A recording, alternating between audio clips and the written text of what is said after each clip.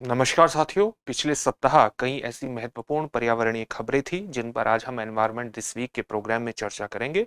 आप जानते हैं कि इस प्रोग्राम में हम पर्यावरण से जुड़ी हुई महत्वपूर्ण खबरों पर उसकी अवधारणा को ध्यान में रखते हुए चर्चा करते हैं, ताकि इन सभी खबरों के बारे में आपकी अवधारणात्मक समझ को बेहतर किया जा सके, जिसका प्रयोग आप अपनी प्रारंभिक परीक्षा और मुख्य परीक्षा दोनों ही स्तरों पर कर सके और अपनी परीक्षा को क्वालिफाई करने की अपनी संभावनाओं को बढ़ा सके। तो चलिए प्रोग्राम की शुरुआत करते हैं और सबसे पहले आज जिन महत्वपूर्ण खबरों पर चर्चा होने जा रही है उनके बारे में थोड़ा सा बता देते हैं। तो चार महत्वपूर्ण खबरें हैं। पहली खबर है एटमॉस्फेरिक रिवर, जिसको आप वायुमंडलीय नदी के रूप में भी संबोधित कर सकते हैं, कह सकते हैं। दूसरी खबर हमारी यूरोपियन स्पेस एजेंसी के बायोमास मिशन से संबंधित होगी। तीसरी खबर होगी गांधी सागर वन्य जीव अभ्यारण्य के बारे में और चौथी होगी शैवाल प्रस्फुटन और सी लायंस के बारे में। ये सारी खबरें किसी न किसी वजह से चर्चा में रही हैं। तो सबसे पहले बात करते हैं एटमॉस्फेरिक रिवर यानी वायुमंडलीय नदी के बारे में। ये पूरा टॉपिक चर्चा में क्यों रहा है? चर्चा में इसीलिए रहा है क्योंकि अप्रैल 2025 में संयुक्त राज्य अमेरिका के एक बड़े हिस्से में भारी वर्षा, तेज हवाएं और भयंकर तूफान देखा गया। इसका कारणों की जब तलाश की गई तो इसका कारण बताया गया वायुमंडलीय नदी यानी एटमॉस्फेरिक रिवर नाम का एक तूफान, एक प्रकार का तूफान है ये। तो तूफान किस प्रकार का है? तूफान आप इस प्रकार से समझ लीजिए इसको, जिस प्रकार से एक नदी एक स्थान से दूसरे स्थान पर बहती है और उसका एक निश्चित दायरा होता है, उसी प्रकार से अगर कुछ नमी युक्त हवा एक ही संकीर्ण पट्टी में वायुमंडल में बहने लगे तो वो नदी के ही समान दिखाई देती है। उसी को हम कहते हैं एटमॉस्फेरिक रिवर, वायुमंडलीय नदी। एक तस्वीर के माध्यम से समझिए। मान लिया जैसे जैसे आप जानते हैं कि तापमान लगातार बढ़ता जा रहा है और समुद्री सतह का तापमान बढ़ता है। जितना समुद्री सतह का तापमान ज्यादा बढ़ेगा उतना ही वाष्पोत्सर्जन की जो प्रक्रिया है वो बढ़ती चली जाएगी, तीव्र होती चली जाएगी और बहुत बड़ी मात्रा में आप कह सकते हैं कि नमी युक्त हवाओं का जन्म होगा। जब ये नमी युक्त हवाएं एक दिशा में बहती हैं और किसी भी पर्वत पहाड़ी से टकराएंगी तो जाहिर सी बात है वहां पर तीव्र वर्षा होने की भी उम्मीद बढ़ जाती है, तीव्र वर्षा भी होगी। तो आप देख सकते हैं कि जो नमी युक्त हवाओं की एक बहुत लंबी पट्टी, चौड़ी पट्टी का निर्माण हो जाए तो इसी को सामान्य तौर से हम वायुमंडलीय नदी के रूप में, एटमॉस्फेरिक रिवर के रूप में परिभाषित करते हैं। यानी वायुमंडलीय नदी क्या हुई? वायुमंडल में नमी और हवा की, यानी नमी युक्त हवा की एक संकीर्ण तेज गति से बहने वाली पट्टी है। अक्सर इसे आकाश में नदियों के रूप में भी वर्णित कर दिया जाता है। ये नदियां उष्णकटिबंधीय महासागरों से भारी मात्रा में जल वाष्प, वाष्पोत्सर्जन की प्रक्रिया के माध्यम से जल वाष्प को भूमि तक ले जाती हैं और भारी मात्रा में वर्षा भी करती हैं।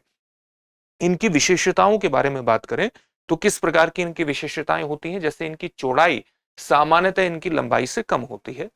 तो चौड़ाई कितनी होगी? चौड़ाई हमेशा लंबाई से कम होती है, लेकिन यहां पर वायुमंडलीय नदी के अंतर्गत हम देखेंगे कि चौड़ाई बेहद कम होती है लेकिन लंबाई बहुत ज्यादा भी हो सकती है। जैसे सामान्यतः 402 से 606 किलोमीटर की चौड़ाई इनकी होती है वायुमंडलीय नदियों की, और लंबाई 1600 किलोमीटर से अधिक भी हो सकती है। और जब हम अधिक की बात करते हैं तो बहुत अधिक हो सकती है। और जिस प्रकार से जलवायु परिवर्तन की घटना एक प्रकार से घट रही है, जलवायु परिवर्तन की समस्या बढ़ रही है, तो आने वाले समय में ऐसा हो सकता है कि ये वायुमंडलीय नदियों की जो लंबाई है वो बेहद ज्यादा हो, ऐसा विशेषज्ञों का अनुमान है। जब ये जमीन पर आते हैं, यानी जो एक प्रकार का तूफान है वायुमंडलीय नदी, तो जब जमीन पर इस प्रकार के तूफान आते हैं तो तीव्र वर्षा होती है, चक्रवाती हवाएं चलती हैं और ऊंची लहरों को भी ये जन्म दे सकते हैं। वर्षा का एक महत्वपूर्ण स्रोत भी माना जाता है, रेन का एक महत्वपूर्ण स्रोत है। लेकिन अगर इनकी इंटेंसिटी, इनकी तीव्रता बहुत ज्यादा बढ़ जाए तो बाढ़, भूस्खलन और संपत्ति की क्षति जैसे परिणाम भी हमारे सामने आते हैं। यानी ये आपदा में भी परिवर्तित हो सकते हैं अगर इनकी तीव्रता, इंटेंसिटी बहुत ज्यादा बढ़ जाए। अगर श्रेणियों की बात करें तो वायुमंडलीय नदियों का जो आकार है और जो उनकी ताकत होती है वो बहुत भिन्न होती है। जैसे सबसे प्रसिद्ध जो एटमॉस्फेरिक रिवर मानी जाती है या जिसकी चर्चा होती है उसको हम पाइन एप्पल एक्सप्रेस के नाम से जानते हैं, जो प्रशांत महासागर में स्थित हवाई द्वीप के पास से नमी को अमेरिका और कनाडा के पश्चिमी तटों तक लेकर के जाती है। और हाल ही में जो अमेरिका में हमें घटना देखने को मिली है एटमॉस्फेरिक रिवर की, उसमें हमने देखा है कि वो एटमॉस्फेरिक रिवर की उत्पत्ति कहां पर हुई है? कैरिबियन क्षेत्र में उसकी उत्पत्ति हुई है, कैरिबियन क्षेत्र में वो उत्पन्न हुई है। अगर हम इसके गठन की बात करें तो एआर तब बनते हैं जब बड़े पैमाने पर लार्ज स्केल वेदर पैटर्न्स, मौसम के जो पैटर्न्स हैं, चाहे वो लो प्रेशर सिस्टम है यानी कम दबाव वाले क्षेत्र हैं, या वो जेट स्ट्रीम्स हैं, वो आपस में अलाइन करते हैं, आपस में एक प्रकार से संरेखित होते हैं और वो नमी युक्त हवा की एक संकीर्ण पट्टी के निर्माण में योगदान करते हैं। तो इस प्रकार से इसका गठन हो जाता है, यानी लार्ज स्केल वेदर पैटर्न से जब आपस में अलाइन करते हैं और नमी युक्त हवा को एक संकीर्ण पट्टी में ले आते हैं, उसको संरेखित कर देते हैं, एक संकीर्ण चैनल बना देते हैं, तब एटमॉस्फेरिक रिवर का निर्माण होता है। और आमतौर पर कहां होता है? गर्म उष्ण कटिबंधीय महासागरों से ये शुरू होते हैं। नमी को निम्न स्तरीय यानी लो लेवल जेट धाराओं द्वारा भूमि की ओर के ले जाया जाता है। अगर हम इसके महत्व की बात करें तो महत्व सबसे बड़ा यही है कि वार्षिक वर्षा में ये महत्वपूर्ण योगदान देते हैं। और ये जो पूरी परिघटना है ये सामान्य तौर से मध्य अक्षांशीय क्षेत्रों की मानी जाती है।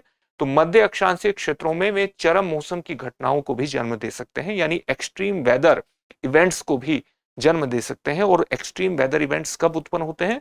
जब इंटेंसिटी एटमॉस्फेरिक रिवर की बहुत ज्यादा बढ़ जाए। अगर इनकी तीव्रता बहुत ज्यादा बढ़ जाएगी तो जाहिर सी बात है बहुत भारी मात्रा में वर्षा भी हो सकती है और ये क्षति का कारण भी हो सकती है, आपदा का कारण भी बन सकती है। इसका एक उदाहरण वर्ष 2010 का है, दिसंबर 2010 का, जब कई एटमॉस्फेरिक रिवर, कई तूफानों की श्रृंखला से अमेरिका के पश्चिमी तट के कुछ हिस्सों में 11 से 25 इंच तक बारिश हुई और ये आपदा का एक कारण भी बनी। जल आपूर्ति को रिप्लेनिश करने के अंतर्गत पुनः बहाल करने के लिए भी महत्वपूर्ण है, लेकिन यदि इनकी तीव्रता बहुत ज्यादा हो तो आपदा में ये परिवर्तित हो सकती है। भारत में अगर एआर की बात करें तो भारत में सामान्य तौर से ये परिघटना नहीं देखी जाती है, फिनोमिना नहीं देखा जाता है, क्योंकि भारत में जो पूरा आप देखेंगे कि भारत में मॉनसून प्रणाली जो वेदर पैटर्न है एक प्रकार से मॉनसून प्रणाली से बहुत ज्यादा प्रभावित होता है। और ये फिनोमिना जो माना जाता है वायुमंडलीय नदी का, एटमॉस्फेरिक रिवर का, ये सामान्यतः मध्य अक्षांशीय देशों से संबंधित है और भारत में मॉनसून प्रणाली ज्यादा प्रभावी रहती है। लेकिन अगर उसी तरह की डायनेमिक्स उपलब्ध हो, उसी प्रकार की प्रक्रियाएं उपलब्ध हो, उसी प्रकार की प्रक्रियाएं उपस्थित हो जाएं जिसकी वजह से एटमॉस्फेरिक रिवर का निर्माण होता है, तो भारत के पूर्वोत्तर क्षेत्रों में और हिमालय क्षेत्रों में इस प्रकार की परिघटनाएं देखी जा सकती हैं। यह भारत का परिप्रेक्ष्य हुआ। जलवायु परिवर्तन पर प्रभाव नहीं, जलवायु परिवर्तन का प्रभाव होना चाहिए। जलवायु परिवर्तन का किस प्रकार से प्रभाव हो सकता है? जैसे जैसे जलवायु परिवर्तन की परिघटना हमारे सामने आ रही है, यानी ग्लोबल वार्मिंग की वजह से जो पृथ्वी का वैश्विक औसत तापमान है, जो हमारे धरातल का जो औसत तापमान है उसमें बढ़ोतरी हो रही है, वैसे वैसे वाष्पोत्सर्जन की प्रक्रिया, जल वाष्प अधिक मात्रा में वायुमंडल में पहुंच रहा है। तो इसकी वजह से अगर जल वाष्प की मात्रा बढ़ेगी तो भविष्य में वायुमंडलीय नदियों की तीव्रता, उनकी इंटेंसिटी भी बढ़ने की आशंका रहेगी। क्योंकि माना जाता है या एक अध्ययन से हमारे सामने आया है कि अगर तापमान में 1 डिग्री सेंटीग्रेड की वृद्धि होती है तो वायुमंडल में लगभग 7% अधिक नमी जमा हो सकती है, जिससे तूफान की गंभीरता बढ़ने के चांसेस बढ़ जाते हैं। नासा के 2018 के एक अध्ययन ने अनुमान लगाया है कि भविष्य के जो वायुमंडलीय नदी से संबंधित जो परिघटना है, यानी जो वायुमंडलीय नदी या इस प्रकार के जो तूफान है, ये और अधिक लंबे हो सकते हैं, चौड़े हो सकते हैं, यानी इनकी लंबाई में भी बढ़ोतरी हो सकती है और इनकी चौड़ाई में भी बढ़ोतरी हो सकती है। आने वाले दशकों में सर्वाधिक तीव्र जो एटमॉस्फेरिक रिवर्स हैं उनकी आवृत्ति दोगुनी हो सकती है और विश्व भर में अधिक बार, यानी बार बार इस परिघटना को देखने की जो संभावना है वो बढ़ेगी और अधिक भयंकर बाढ़ भी एटमॉस्फेरिक रिवर के माध्यम से आ सकती है। तो इस पर हमने चर्चा कर ली एटमॉस्फेरिक रिवर की पूरी खबर पर। अब आपके लिए एक महत्वपूर्ण सूचना है और सूचना यह है कि दृष्टि लर्निंग ऐप को अपग्रेड कर दिया गया है। अपग्रेड किसके माध्यम से किया गया है? आर्टिफिशियल इंटेलिजेंस के माध्यम से। इसका आपको फायदा क्या होगा? इसका सबसे बड़ा फायदा आपको 3 तरीके से हो सकता है। पहला तरीका है एआई समरी, यानी आपके लंबे लंबे लेक्चर्स होते हैं, आईएसजीएस फाउंडेशन ऑनलाइन कोर्स से ये संबंधित है। आपके लंबे लंबे लेक्चर्स होते हैं, उन लेक्चर्स को आप तेजी से रिवाइज कर सकें, इसके लिए जरूरी है कि लंबे लंबे लेक्चर्स आपको बिंदु फॉर्म में प्राप्त हो जाएं। तो एआई समरी के माध्यम से आप अपने बड़े बड़े लेक्चर्स को बिंदु फॉर्म में प्राप्त कर सकते हैं, पॉइंट वाइज फॉर्म में आपको प्राप्त हो जाएंगे। दूसरा फीचर क्या है इस अपग्रेडेड दृष्टि लर्निंग ऐप का? दूसरा फीचर है एआई क्विज, यानी आपके लेक्चर्स चल रहे हैं उन्हीं पर आधारित कुछ प्रश्न आपके सामने आएंगे, जिन प्रश्नों को हल करके आप ये पता लगा सकते हैं कि कोई लेक्चर आपको कितना समझ में आया है, कितना नहीं आया है, और उसके आधार पर अपनी तैयारी की दिशा को, रणनीति को तय कर सकते हैं। तीसरा फीचर क्या है?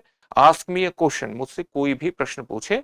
ये एक रियल टाइम प्रश्नोत्तर सुविधा है। इसका मतलब है कि अगर लेक्चर के दौरान आपके मन में किसी भी प्रकार का संशय होता है तो आप कोई भी प्रश्न इससे पूछ सकते हैं। रियल टाइम इसको ये आपको उत्तर प्रोवाइड करवा देगा और आप अपने लेक्चर की जो एक प्रकार से क्वालिटी है, गुणवत्ता है, इसके माध्यम से बढ़ा सकते हैं, अपनी तैयारी को और ज्यादा समृद्ध कर सकते हैं और सफलता की दिशा में आगे बढ़ सकते हैं। यही सारी चीजें यहाँ पर दी गई हैं। तो दृष्टि लर्निंग ऐप को डाउनलोड कर लीजिए, क्योंकि अब ये अपग्रेड हो चुका है एआई के माध्यम से।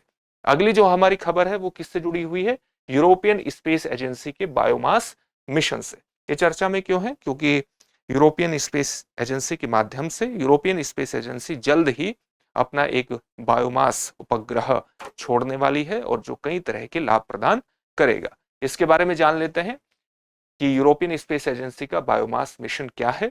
बायोमास मिशन यूरोपीय अंतरिक्ष एजेंसी की एक प्रमुख पृथ्वी अवलोकन पहल है, यानी पृथ्वी के अवलोकन से जुड़ी हुई पहल है और मुख्य तौर से जो हमारे फॉरेस्ट है उनके बायोमास से संबंधित डाटा में जो भी गैप है उसको उपलब्ध कराने का ये काम करेगा और बेहतर संरक्षण संबंधी कंजर्वेशन नीतियां हम बना सकते हैं। उद्देश्य क्या है? विश्व के वनों का मानचित्रण तैयार करना, पूरा मैप तैयार करना और वन बायोमास का प्रथम वैश्विक स्तर का एक मेजरमेंट उपलब्ध कराना। जब हम बायोमास की बात करते हैं तो बायोमास का सीधा सा मतलब क्या है? जो वनों का बायोमास है कि वनों में उपस्थित जितने पेड़ पौधे हैं, जो झाड़ियां हैं या जो कार्बन, जो जड़ें हैं और कार्बन संग्रहण है, उसका द्रव्यमान, उसका कुल द्रव्यमान कितना है।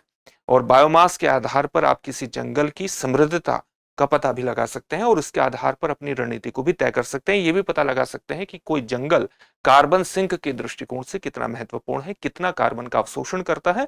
और आप जानते हैं कि कार्बन का अगर अवशोषण कोई जंगल बहुत ज्यादा करता है तो वो जलवायु परिवर्तन को नकारात्मक रूप से, एक प्रकार से जलवायु परिवर्तन की समस्या के समाधान में योगदान दे रहा है।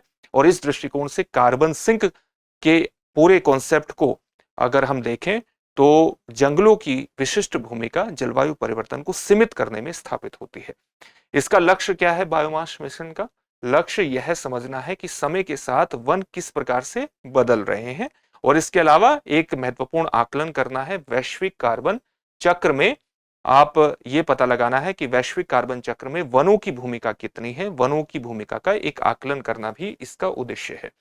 चलिए अब हम बायोमास उपग्रह के बारे में जान लेते हैं। तो इसका उद्देश्य है वन बायोमास की निगरानी करना। वन बायोमास का मतलब आप समझ गए हैं, कार्बन भंडारण का आकलन करना कि वनों में कितना सामान्य तौर से कार्बन भंडारण होता है, कार्बन सिंक की उनकी क्षमता कितनी है, कार्बन अवशोषण करने की क्षमता कितनी है। और वैश्विक स्तर पर वन पारिस्थितिकी तंत्र यानी जो हमारा फॉरेस्ट इकोलॉजी है उसमें परिवर्तनों पर नजर रखना, किस प्रकार से उसमें परिवर्तन हो रहे हैं, किस प्रकार से हमारी अलग अलग नीतियों का प्रभाव हमारे वनों पर पड़ रहा है। प्रक्षेपण तिथि क्या है? यानी ये बायोमास उपग्रहों को कब छोड़ा जाएगा? 29 अप्रैल 2025 को छोड़ा जाएगा। प्रक्षेपण यान कौन सा है? वेगा सी रॉकेट है। कहां से छोड़ा जाएगा? कोरू अंतरिक्ष पोर्ट से छोड़ा जाएगा जो कि फ्रेंच गियाना में स्थित है। कक्षा का प्रकार यानी ऊंचाई कितनी होगी?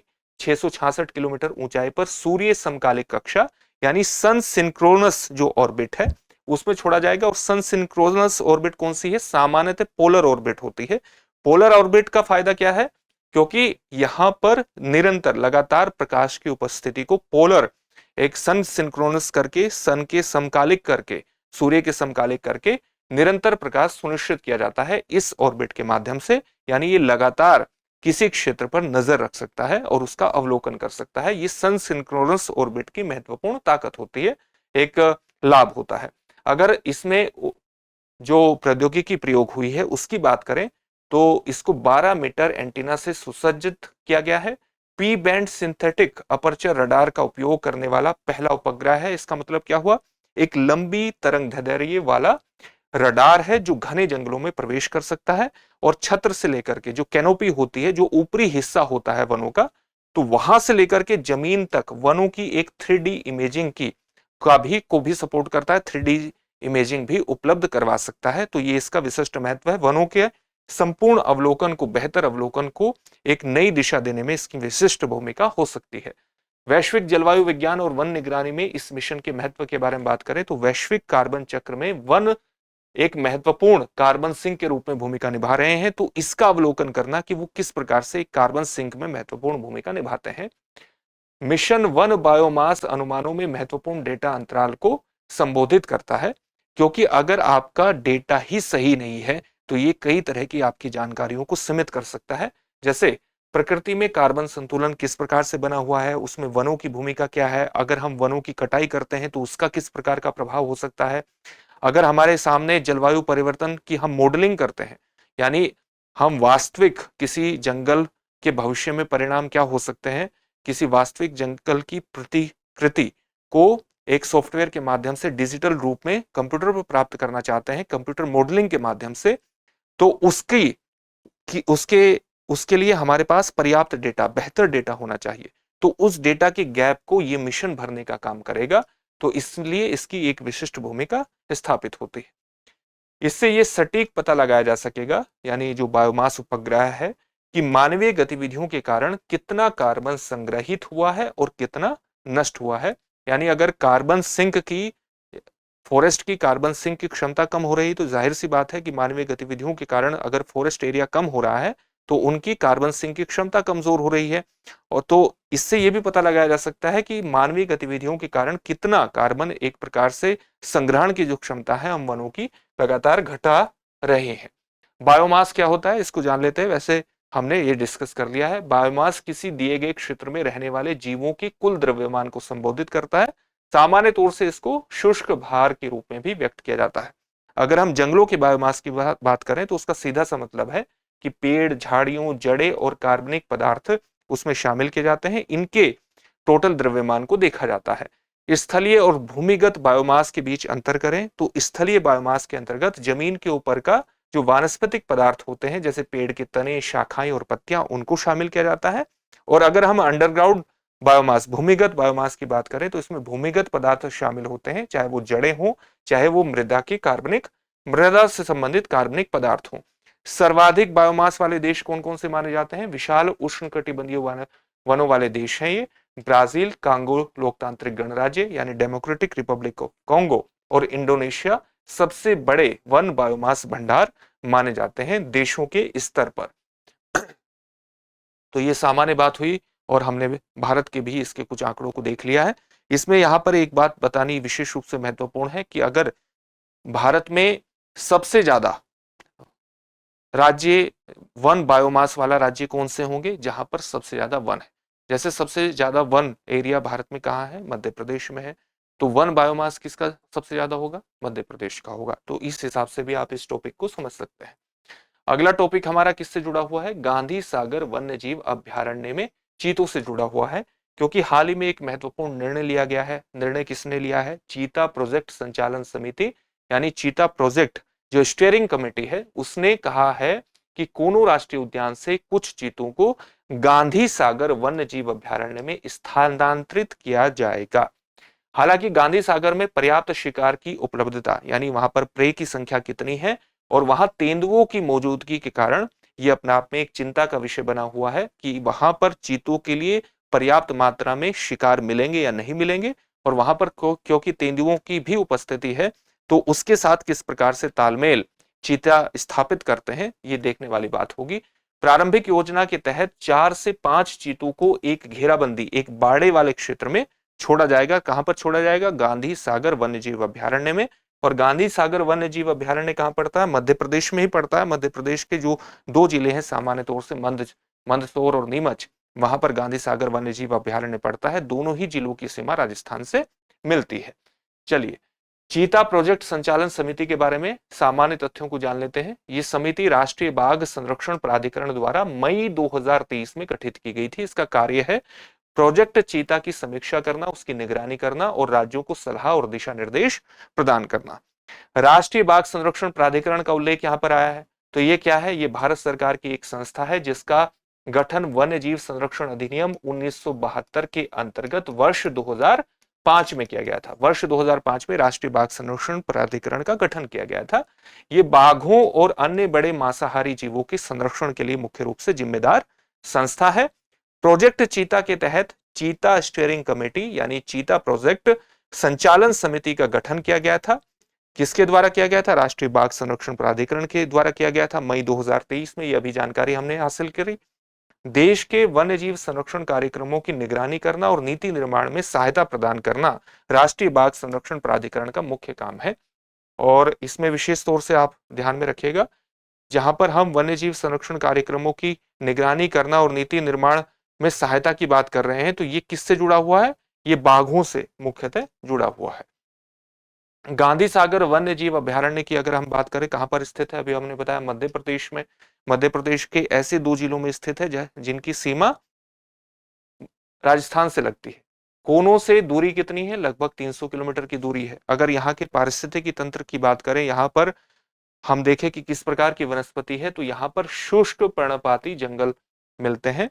ऐसे जंगल जिनमें नमी कम उपस्थित होती है और सामान्यतः ऐसे पेड़ यहाँ पर आपको उपलब्ध होंगे जो अलग अलग सीजन में पत्ते गिराते हैं। जीव किस प्रकार के हैं? वन्य जीव चिंकारा, चौसिंघा, नीलगाय और चीतल जैसे शाकाहारी प्राणी यहाँ देखने को मिलेंगे। और वर्तमान में 64 वर्ग किलोमीटर क्षेत्र को बाड़बंदी करके तैयार किया गया है ताकि यहाँ पर किसको लाया जा सके? चीतों को लाया जा सके। महत्व क्या है गांधी सागर वन्य जीव अभयारण्य में चीतों को ले जाने का? चीता संरक्षण के दीर्घकालिक केंद्र के रूप में इसको विकसित किया जा सकता है। इस क्षेत्र को लक्ष्य है कि कूनो गांधी सागर का पूरा जो लैंडस्केप है, जो परिदृश्य है, उसमें 60 से 70 चीतों की मेटा पॉपुलेशन तैयार की जा सके। जब हम मेटा पॉपुलेशन की बात करते हैं तो इसका मतलब क्या है? मेटा पॉपुलेशन का मतलब है कि एक बड़ी संख्या, जैसे कि 60 से 70 चीतों की एक बड़ी संख्या जो कई भागों में बढ़ सके। यानी इस प्रकार से कई भागों में आप इससे कई जगहों पर ये रह सकते हैं और बहुत ही एक छोटी सीमाओं से बाधा, छोटी सीमाओं इनके बीच हो। मान लिया 10 से 15 चीते यहाँ पर हैं, 10 से 15 चीते यहाँ पर हैं। इस प्रकार से इनकी पूरी संख्या बटी हुई है और ये आपस में गमन भी इस प्रकार से कर सकते हो। इससे फायदा क्या होगा कि इससे एक आनुवंशिक पूल का प्रवाह होगा। आनुवंशिक पूल का प्रवाह होगा, जीन का प्रवाह होगा। तो जीन का प्रवाह होगा तो अलग अलग समस्याओं से निपटने में जो शावक हैं उनकी क्षमताएं विस्तारित होंगी, उनकी क्षमताएं बढ़ेंगी, उनकी कैपेबिलिटी बढ़ेगी। इसलिए जीन प्रवाह सामान्य तौर से होता रहे, इसलिए मेटा पॉपुलेशन की बेहद महत्वपूर्ण एक भूमिका स्थापित होती है किसी भी जीवों के संरक्षण कार्यक्रमों में। तो एक 60 से 70 चीतों की मेटा पॉपुलेशन कूनो गांधी सागर का जो पूरा परिदृश्य है वहां पर क्रिएट करने का, सृजित करने का प्रयास है। अभी अफ्रीकी देशों से नई खेप नहीं आई है चीतों की, इसलिए कूनो के कुछ चीतों को यहां पर लाए जाने की योजना है। चीतों के बारे में अगर हम बात करें तो चीतों का सामान्य नाम क्या है? चीतों की कई प्रजाति हैं, लेकिन अगर हम चीते के रूप में चीते की सामान्य रूप से बात करें तो इसका वैज्ञानिक नाम है असिनोनिक्स जुबेटस।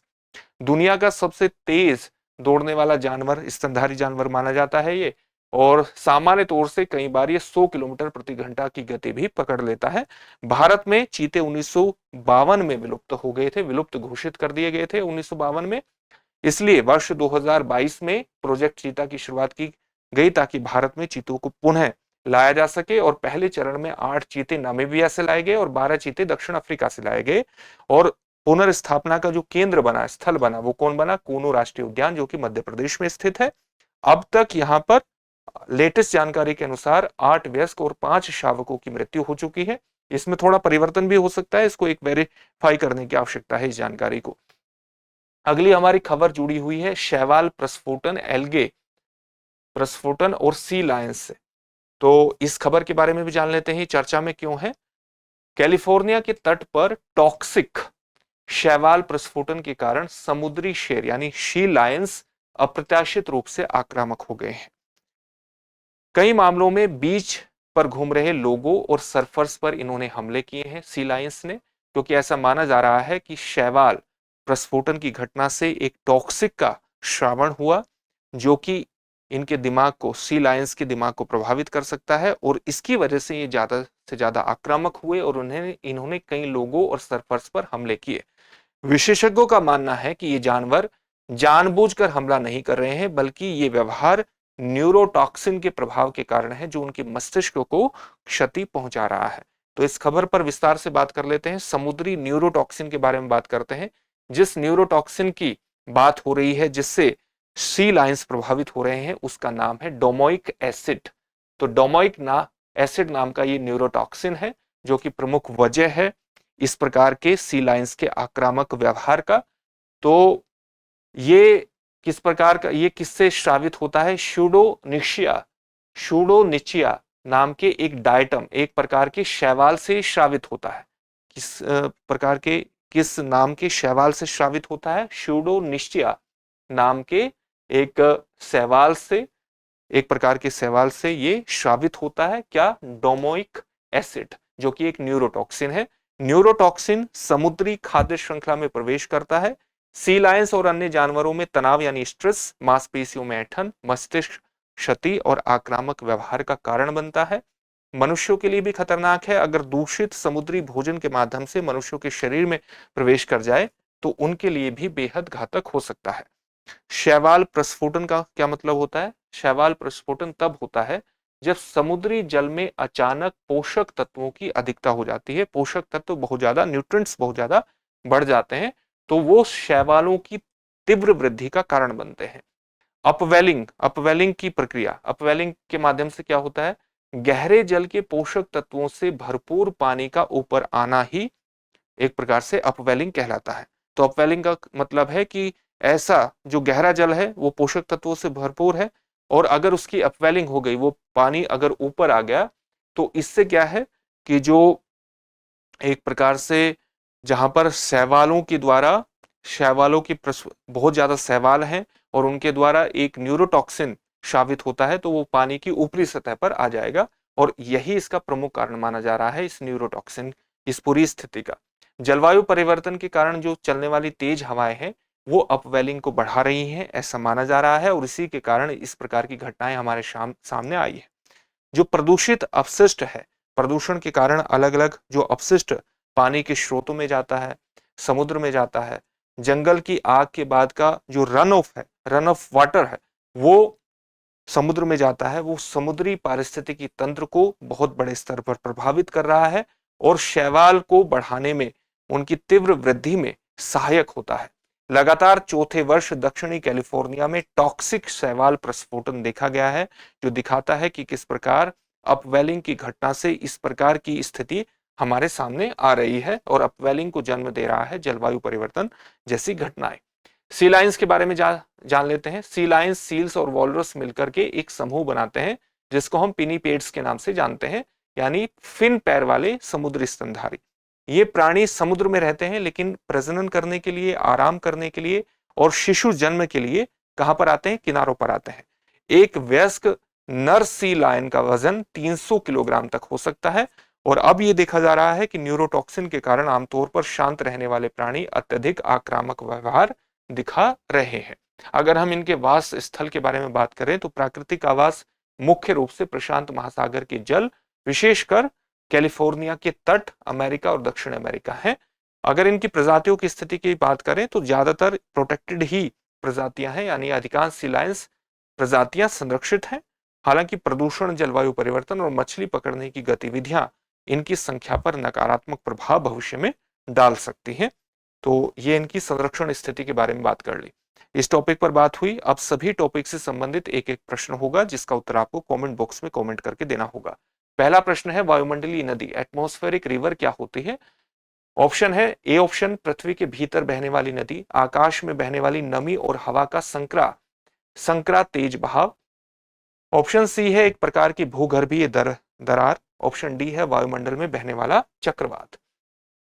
अगला प्रश्न है, भारत का कौन सा राज्य सबसे अधिक वन बायोमास, फॉरेस्ट बायोमास रखता है? आपके सामने ऑप्शन है, option A Kerala, option B Uttarakhand, option C Madhya Pradesh, option D Gujarat. अगला प्रश्न क्या है? अगला प्रश्न है, हाल ही में चीतों को कूनू नेशनल पार्क से किस अभ्यारण्य नेशनल पार्क में स्थानांतरित करने की अनुमति दी गई है? ऑप्शन ए है बांधवगढ़ वन्य जीव अभ्यारण्य, option B Pench national park, option C Satpura national park या ऑप्शन डी गांधी सागर वन्य जीव अभ्यारण्य।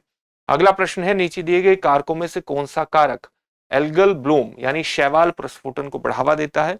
आपके सामने ऑप्शन है, ऑप्शन ए जलवायु परिवर्तन, ऑप्शन बी समुद्र में तेज हवाएं, ऑप्शन सी पोषक तत्वों का बहाव, या ऑप्शन डी उपर्युक्त में से उपर्युक्त सभी। इन सभी प्रश्नों के उत्तर आपको कमेंट बॉक्स में कमेंट करके जरूर देने हैं। फिर से एक नए सेशन में आपसे मुलाकात होगी। धन्यवाद।